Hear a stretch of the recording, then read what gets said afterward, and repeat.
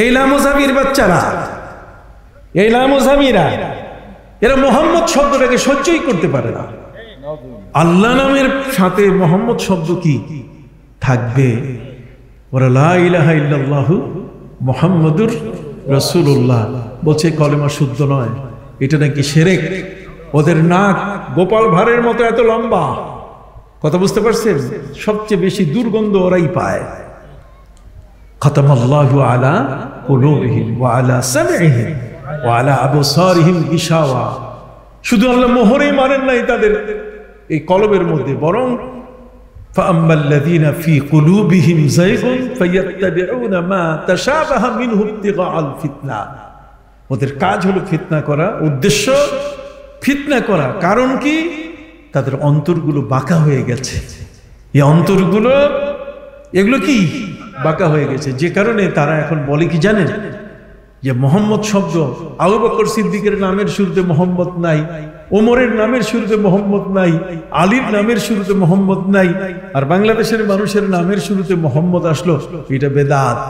বেটা, এদেশের আউলিয়া ইকরাম তারা এদেশে জিহাদ করে শ্রী শব্দের জায়গায় একটা তো একটু বসাইতে হবে, কি বলেন ঠিক না? শূন্য তো রাখা যাবে না, শূন্য কি রাখা যাবে? কাজে আমার প্রিয় নবী সাল্লাল্লাহু আলাইহি ওয়াসাল্লামের নামটা প্রত্যেকের নামের শুরুতে এসছে তাবাররুকান, বরকতের জন্য। আমরা যখন তরকিব করি, সেই তরকিবের মধ্যে সেখানে বরকতের শব্দটি আমরা নবীর নাম আমাদের নামের সাথে যোগ করেছি। যেই নবীর নামটি খোদ সৌদি আরব আমি বলে থাকি যে তোমাদের যদি বুকে পাট্টা থাকে, সাহস থাকে, তাহলে মোহাম্মদ বিন সালমান বর্তমান যে এই প্রিন্স, কথা কন না, সৌদি বাদশাহ সালমানের ছেলের কাছে গিয়ে বলো যে তোমাদের পতাকার মধ্যে যে লা ইলাহা ইল্লাল্লাহু মুহাম্মাদুর রাসূলুল্লাহ লেখা আছে এটা শিরক।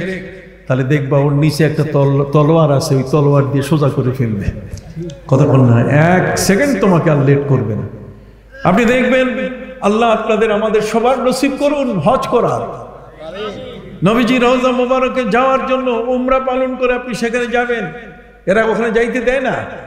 নবীজি সাল্লাল্লাহু আলাইহি ওয়াসাল্লাম যেখানে নামাজ পড়েছেন মুসাল্লা, এই সুন্দর করে কালো আবার এই মেরুন রঙের অথবা একটু হলুদ সবুজ বর্ণের যে দাগ আছে, এই গোল মেহরাব, কথা কন না, আপনি সেখানে দেখবেন মেহরাবের এক পাশে লেখা আছে আল্লাহ, আরেক পাশে কি মুহাম্মদ।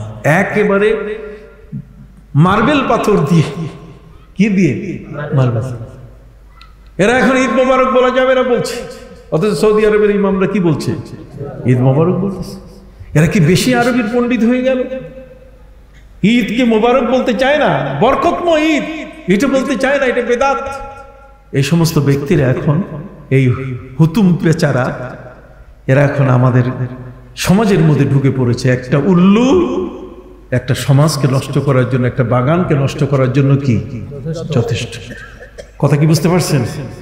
আমি শুনেছি এখানে কোন কোন ইমাম একসাথে দুই জায়গার ইমামতি করছে, ঈদের নামাজ পড়াইছে, কতক্ষণ আমার কানে আসছে, দুই জায়গায় ঈদের নামাজ পড়াইছে।